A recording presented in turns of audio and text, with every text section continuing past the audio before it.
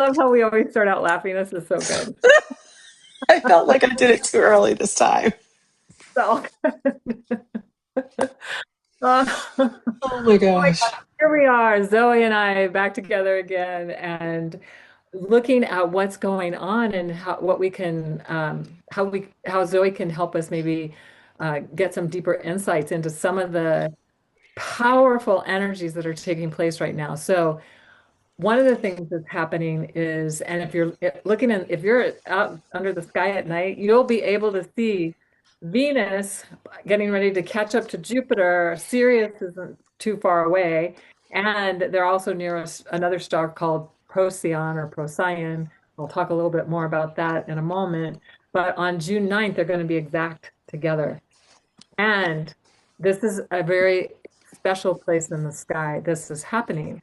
So last year in August, Jupiter and Venus came together at 14.5 degrees Cancer in alignment with a star called Sirius, one of the magical stars of the ancient alchemists, the brightest star in our night sky. And they don't always conjunct with this star.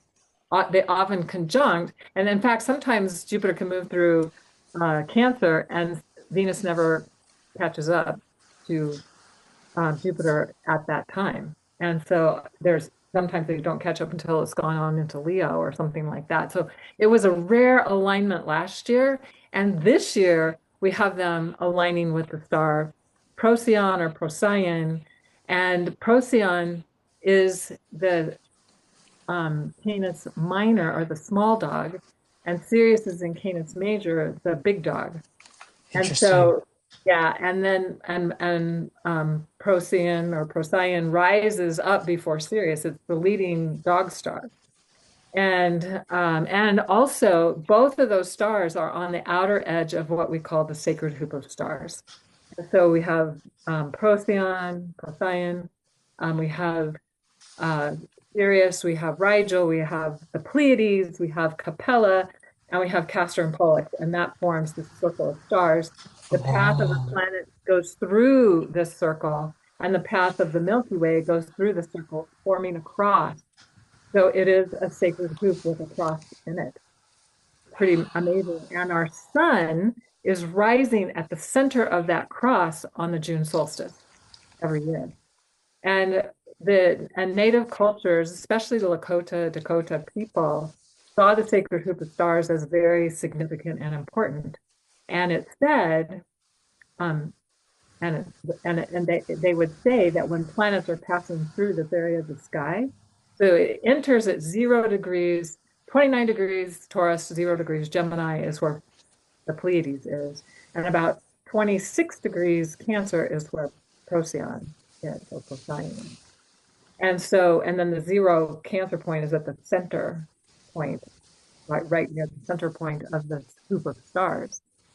And so to have the June solstice point there can only happen about every 26,000 years.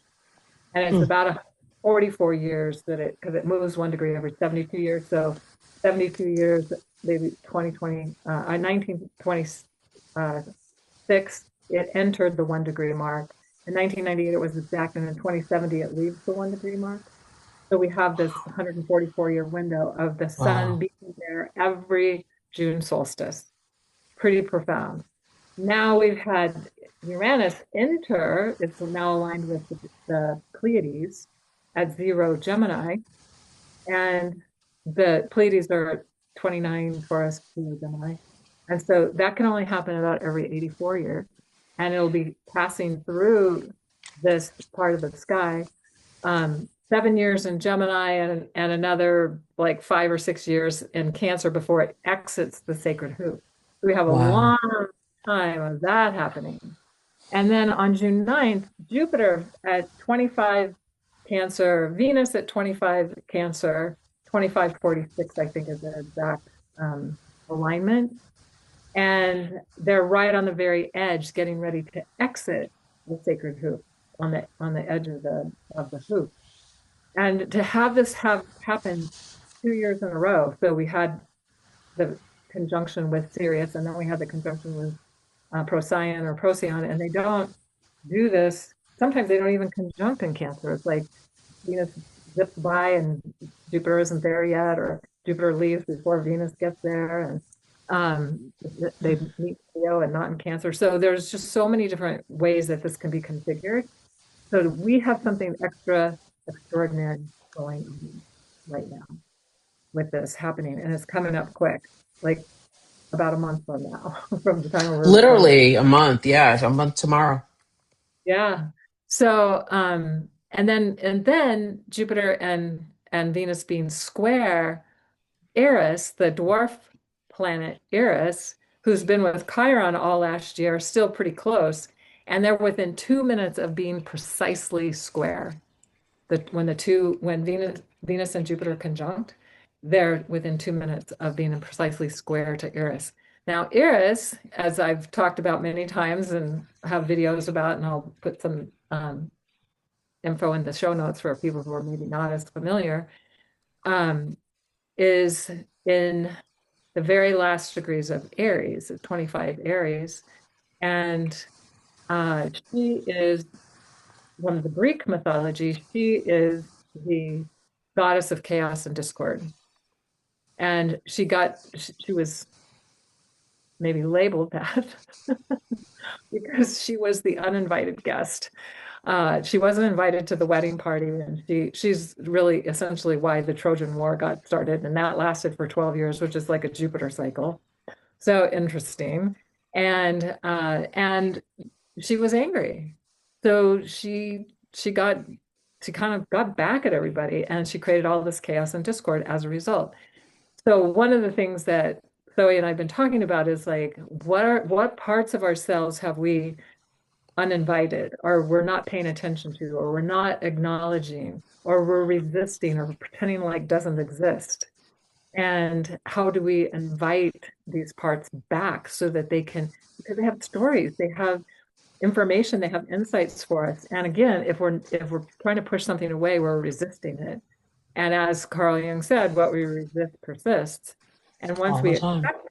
yeah, once we accept it and we're in that place of acceptance, then it can find whatever it needs. It doesn't have any more resistance that it keeps having to deal with.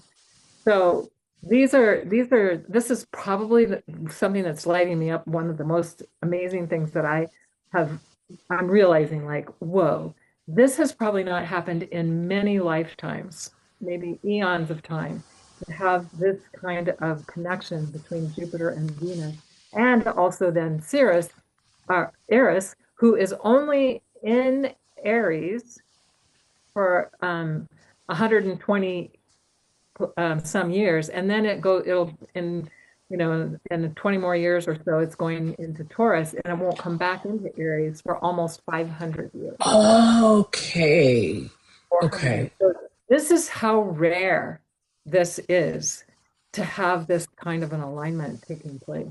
And Venus and Jupiter are in the sacred hoop, and the native people felt like when planets were in the sacred hoop, it was a very auspicious time, and that there was a prophecy of how the sacred hoop, the when we would mend the sacred hoop, when we would bring all people and all nations back together and live in peace and prosperity. And so this is something we can put our attention on in terms of intention around this amazing alignment happening. And it's going to continue. I mean, really, with Uranus passing through this for the next several years, many years, passing through the sacred hoop. And oh, it's just so amazing. So, anyway, that kind of gives you a sense of what the overarching thing is that's inspiring us today.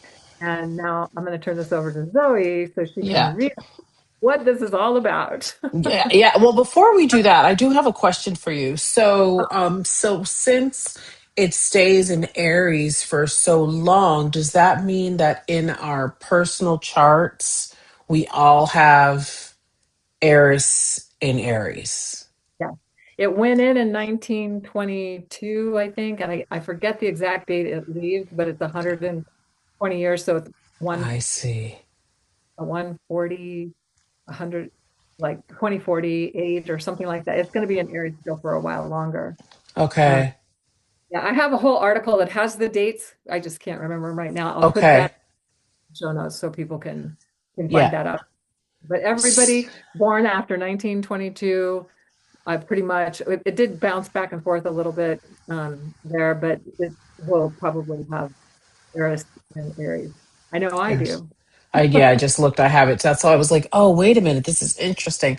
So maybe one of the things we can do is find out where it is in our chart and maybe start to do something to like soften that energy. Because when you explained this to me, the question I had, which I'll share with you folks, is well, so just what does this have to do with anger? What is this? And we had this whole conversation around, well, it's chaos, it's rebellion, it's this, and it's in Aries. So Right? lots of stuff to work through here. Righteous anger for a Venus rising Yeah. and Yeah. stuff. Right. So what so I thought one of the things that I would read on is what are the parts of ourselves that have been uninvited. Now, will this Aries sort of house that it's in, whatever, Aries, will that give us a hint as to sort of where the anger is living in our charts, if you understand what I mean? It Not could. anger, but it can tell us something. Right. Well, and for people who have Eris conjunct a personal planet or an angle or a node of their chart, that's Hmm. probably going to be very personal for the rest. Okay. For other people like me, I have Venus in Aries, but it's late degrees. I have Eris in Aries, but it's earlier degrees, so they're not really Okay. connected. Okay. Okay. So it depends. Okay. Yeah, it can depend on where it is and if it's activating you more personally because we have this collective thing. So think about the collective anger that Yeah. all the unfairness, all the horrible things that have been done over eons of time that Yeah. humans deal with. Yeah. Um, yeah, that there could be anger Yeah. around a collective sense, and we could also have our own personal anger as well. Yeah. Okay. So the first thing I want to read on is the lesson then. I want to read on the lesson first because if this is happening with all of these generations and there's all this anger and there's all of these things, let's just what's one of the lessons here? Um, for those of us that incarnated during this time, I think. I'm curious about that now. All right, cards. Okay, cards. What do you have to say here? Oh, wow. Okay. Okay. So the first card I saw, which is interesting, is Divine Loyal Goddess. Oh, I'm not going very, to read from the book. This feels like obviously honoring the divine feminine, Mary Magdalene. yes. Honoring the divine feminine is one of the lessons of this. And as we honor the divine feminine within, oh, look at that. It's card number 19. New beginnings. So, as we, for people who don't know, 1 plus 9 is 10. That is new beginnings in numerology. So, this is the start. It's almost like if we're in class, this is the first lesson. The first lesson is honoring the divine. This is so perfect, Zoe, because it's Venus, divine Oh, feminine, it with is Venus. Jupiter expanding the divine feminine, Eris in square to that, Eris, the goddess who wasn't honored or invited. And so how Yeah, perfect it is about the divine feminine and it is. how it's been mistreated, That's not only it. women, but for men, because we all have the feminine That's it. within us, and it's not been, yeah, That's it's been right. mistreated. So a lot of these shenanigans, the lessons from a lot of these shenanigans that started way before us coming here has to do with honoring this divine feminine, the rise of the divine feminine. As we were talking earlier, what I was seeing in my head was that this is like the roller coaster for people like me who love roller coasters, right? So if you love roller coasters, you know it's like that anticipation as you're going up and that fear and that fear and that fear. But you're on the ride, you chose to get on. We chose to come here. So then it's like boom, then you're at the top and you can see it. And that's the oh shit moment, right? It's like, oh my God, I can't believe I'm on this ride. And then whew, you go down. And so what they showed me and what they said was, we are on that. We are on the way down. We are on the hold on for dear life moment. Those of us who have incarnated during this time, but then we know that it's the scary part. It's you're screaming, it's exciting, but then it comes to that end, right? After That the moment. and ups and downs, but yes, Twists, turns, ups, downs. But then you get to the gate, you get off, you go have a snack, and you go home, right? and So, you're so feeling that's where we are. like life force energy because whoa. That's why we get on it to like Right. scare ourselves, right? So that's where we're at in as humanity. So it's like, okay, well, part of those twists and turns is the defiling of the divine feminine. And so now the divine feminine is rising and it is demanding attention. How do I know that? Because the next card we got, Black Moon, Lilith, and Cancer, honor your emotions. So we know that there is rage, the rage of the divine feminine. Why is the divine feminine enraged? Black Moon, Lilith in Aquarius, honor your individuality. So this is one of the lessons. Obviously, there are many lessons, but for this is the predominant lesson for those whose eyes are on this video. This is the divine lesson of this time. The end of the day, honoring your individuality. And Lord knows we can look to our Aquarius siblings about being individuals, right? So that's that on that. Oh my gosh. Wow. Look at what was sitting under all of that. Expansion, prosperity, and growth. We really can't make this up, can we? I mean, literally, this is like that roller coaster pulling into the end of the thing, right? You feel excited. You're like, oh my God, I made it. So there's Jupiter showing up. I think that's just confirmation. Okay.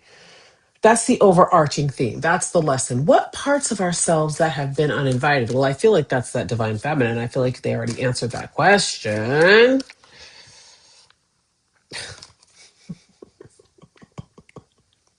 They already answered the question. What is the uninvited part of ourself? That Empress part. And guess what? This is the Empress associated with Taurus. Here we are in Taurus season. There's Venus. Can't make this stuff up. Divine Wow. feminine. Just a little bit of confirmation there. Great.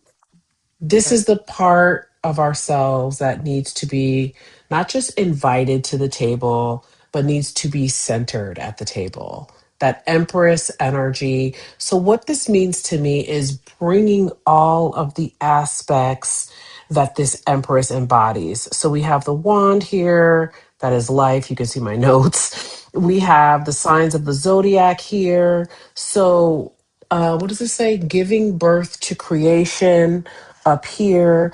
What this means to me is these are all the parts of ourselves that we need to bring together during this time.